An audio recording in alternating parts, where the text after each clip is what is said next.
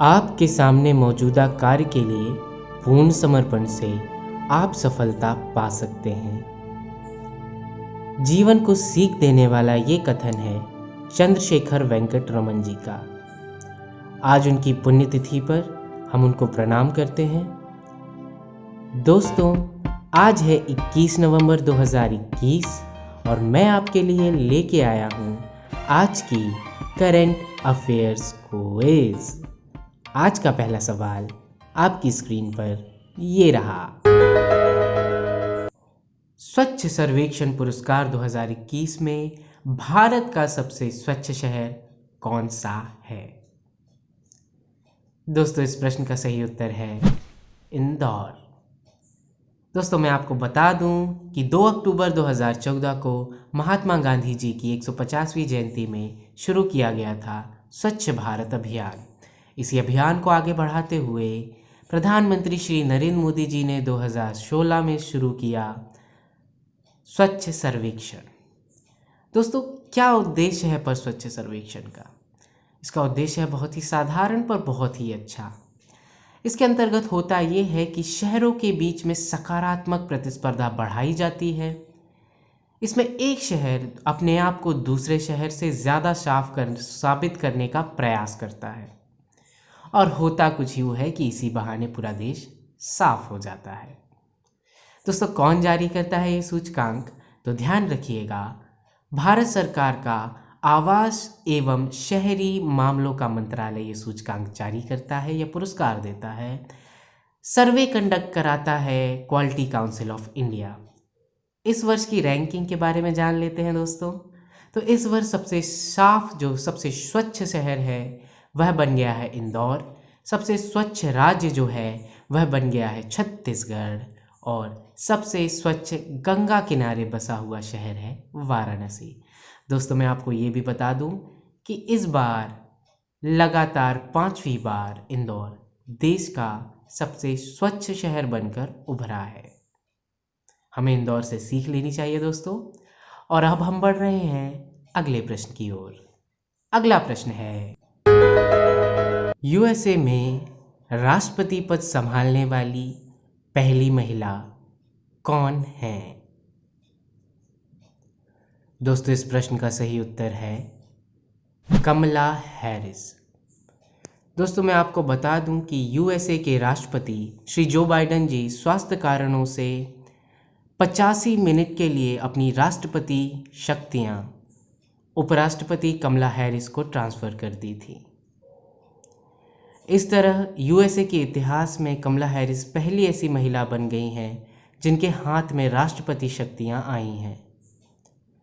दोस्तों, कमला हैरिस के बारे में जान लेते हैं। दोस्तों, कमला हैरिस यूएसए की 49वीं उपराष्ट्रपति हैं।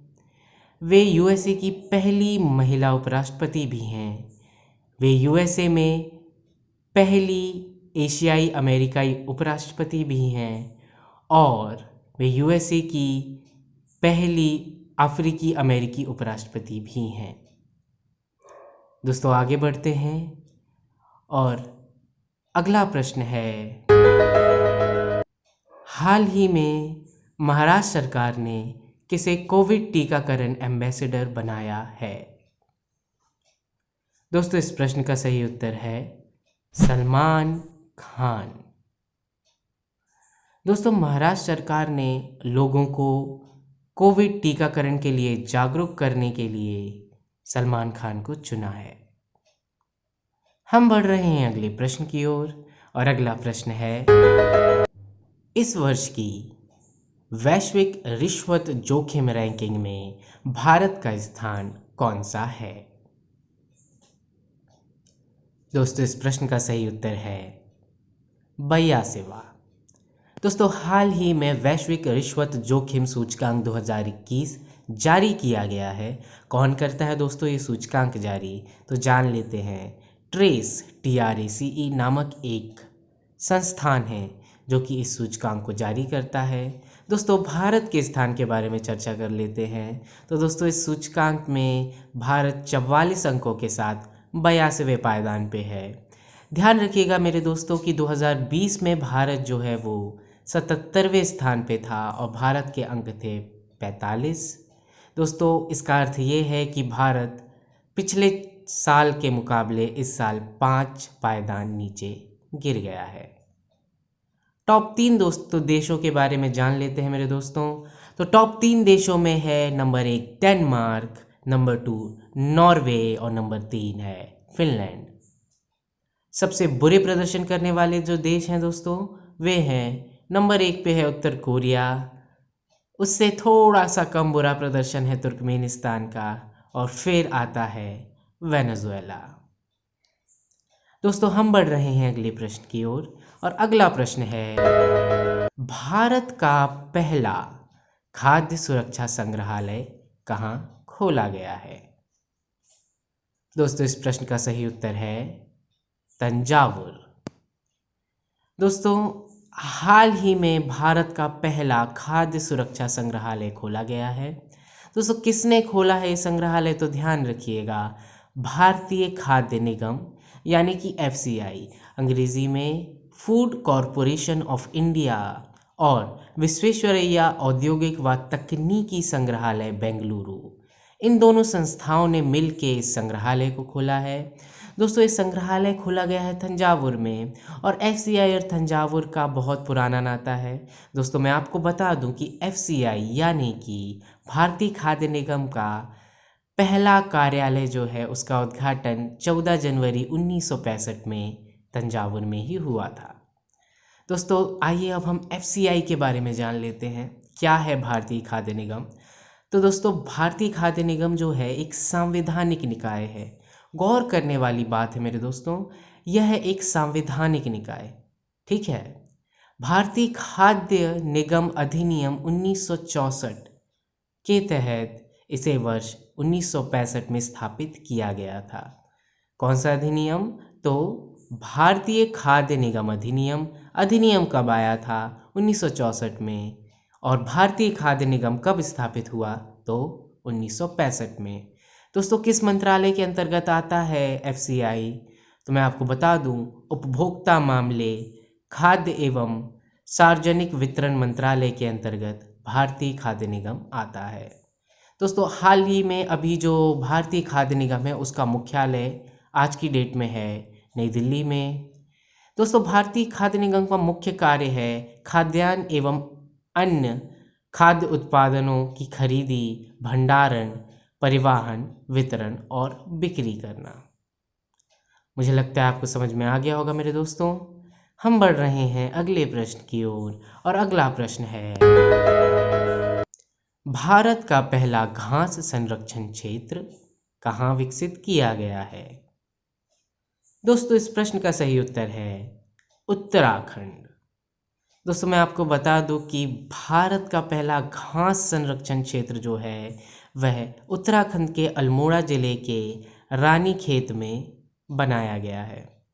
दोस्तों केंद्र सरकार के क्षतिपूरक वनीकरण प्रबंधन एवं योजना प्राधिकरण, जिसे अंग्रेजी में कैम्पा CAMPA कार्यक्रम कहते हैं, इसके तहत इसे विकसित किया गया है। दोस्तों इस क्षेत्र में वैज्ञानिक, पारिस्थितिकी, औषधीय और सांस्कृतिक महत्व की लगभग 90 प्रजातियाँ, घास की 90 प्रजातियाँ यहाँ पे हैं। दोस्तों इस परियोजना का जो उद्देश्य है वह है घास की विभिन्न प्रजातियों के महत्व के बारे में जागरूकता पैदा करना, उनके संरक्षण को बढ़ावा देना और क्षेत्र में अनुसंधान की सुविधा प्रदान करना। दोस्तों बात चलिए उत्तराखंड की, तो चलिए उत्तराखंड के बारे में थोड़ा जान लेते हैं।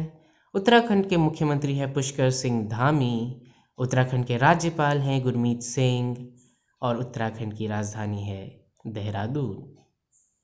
चलिए मेरे दोस्तों हम बढ़ रहे हैं अगले प्रश्न की ओर और अगला प्रश्न है हाल ही में कहां पर रेड लाइट ऑन गाड़ी ऑफ अभियान का फेज 2 शुरू किया गया है।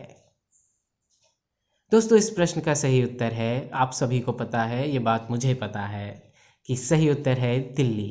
दोस्तों दिल्ली प्रदूषण की चपेट में है, दिल्ली प्रदूषण से बहुत परेशान है और इसको कंट्रोल में, नियंत्रण में करने के लिए दिल्ली सरकार ने ये अभियान शुरू किया है तो इस अभियान में होता कुछ यूँ है कि ट्रैफिक लाइट में जब भी गाड़ी रोकते हैं तो यह निवेदन किया जाता है कि गाड़ी का इंजन कर लीजिए बंद। इससे प्रदूषण में काफ़ी असर पड़ सकता है। दोस्तों हम बढ़ रहे हैं अगले क्वेश्चन की ओर और अगला प्रश्न है, निम्न में से कौन सा युद्ध अभ्यास भारत और फ्रांस का संयुक्त युद्ध अभ्यास है? दोस्तों इस प्रश्न का सही उत्तर है सभी। ये सभी यानी कि शक्ति, वरुण और डेजर्ट नाइट, ये तीनों भारत और फ्रांस के संयुक्त युद्ध अभ्यास हैं। खा गए ना चक्कर। दोस्तों चलो मैं आपको बता देता हूँ, शक्ति जो है वो भारत और फ्रांस की सेनाओं के बीच का अभ्यास है, मतलब थल सेना के बीच का अभ्यास है। वहीं डेजर्ट नाइट और गरुण जो है भारत की और फ्रांस की वायु सेना के बीच एक अभ्यास है। और वहीं वरुण जो है वह भारत और फ्रांस की नौसेनाओं के बीच का एक अभ्यास है। दोस्तों बात चलिए अभ्यास की, तो भारत दूसरे देशों के साथ जो युद्ध अभ्यास करता है उनके बारे में एक हम जान लेते हैं, महत्वपूर्ण है पेपर के लिए। तो दोस्तों मैं आपको बता दूं कि वज्र प्रहार जो है वो भारत और यूएसए का संयुक्त युद्ध अभ्यास है। वहीं युद्ध अभ्यास, इस युद्ध अभ्यास का नाम ही युद्ध अभ्यास है, तो कंफ्यूज मत होना।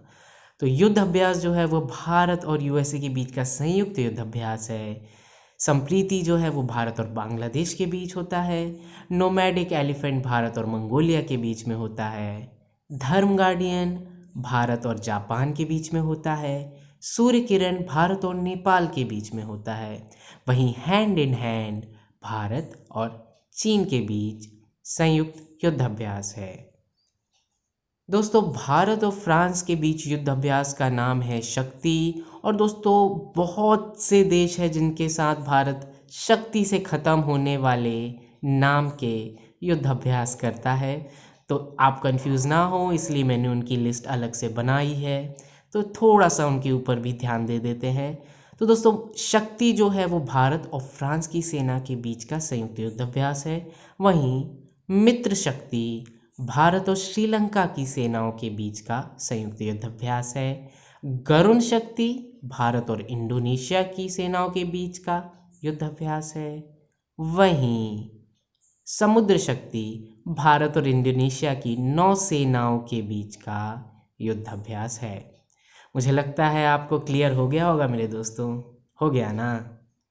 ठीक है, अब हम बढ़ रहे हैं अगले प्रश्न की ओर और अगला प्रश्न है, हाल ही में किस खिलाड़ी ने क्रिकेट के सभी स्वरूपों से संन्यास ले लिया है? तो दोस्तों मिस्टर 360 डिग्री ए.बी. डिविलियर्स ने हाल ही में ये ऐलान किया है कि वे प्रोफेशनल क्रिकेट से पूर्ण रूप से संन्यास ले रहे हैं। हालांकि उन्होंने अंतर्राष्ट्रीय क्रिकेट से संन्यास बहुत पहले ले लिया था, पर उन्होंने ये ऐलान अभी किया है कि अब वो किसी भी प्रकार का प्रोफेशनल क्रिकेट नहीं खेलेंगे। हम बढ़ते हैं अगले प्रश्न की ओर। अगला प्रश्न है, विश्व टेलीविज़न दिवस कब मनाया जाता है? दोस्तों इस प्रश्न का सही उत्तर है 21 नवंबर। दोस्तों हर वर्ष 21 नवंबर को हम मनाते हैं विश्व टेलीविज़न दिवस। टेलीविज़न या टीवी हमारे जीवन का अभिन्न हिस्सा बन गया है। ये हमारा मनोरंजन भी करता है, हमें शिक्षा भी देता है, हम तक खबर भी पहुंचाता है और इसी विषय में जागरूकता फैलाने के लिए विश्व टेलीविज़न दिवस मनाया जाता है। दोस्तों ये तो थे आज के क्वेश्चंस। अगला जो क्वेश्चन है, इस क्वेश्चन का आंसर आपको मुझे कमेंट सेक्शन में देना है। 21 नवंबर 1970 में सीवी रमन जी का देहांत हो गया था। सीवी रमन जी को भौतिकी का नोबेल पुरस्कार किस वर्ष दिया गया था? दोस्तों ऑप्शंस हैं 1913, 1930, 1968 या 1948। कमेंट सेक्शन में कमेंट करके ज़रूर इस क्वेश्चन का आंसर दीजिए और मुझे ये भी बताइए कि आज आपने 10 में से कितने क्वेश्चन सही किए हैं। दोस्तों अगर आपको वीडियो पसंद आया तो वीडियो को कर दीजिए लाइक, चैनल को कर दीजिए सब्सक्राइब, बेल नोटिफिकेशन कर दीजिए ऑन और ज़्यादा से ज़्यादा लोगों के साथ वीडियो कर दीजिए शेयर। हम मिलते हैं अगले वीडियो में, तब तक के लिए जय हिंद, जय भारत और आपका दिन शुभ हो।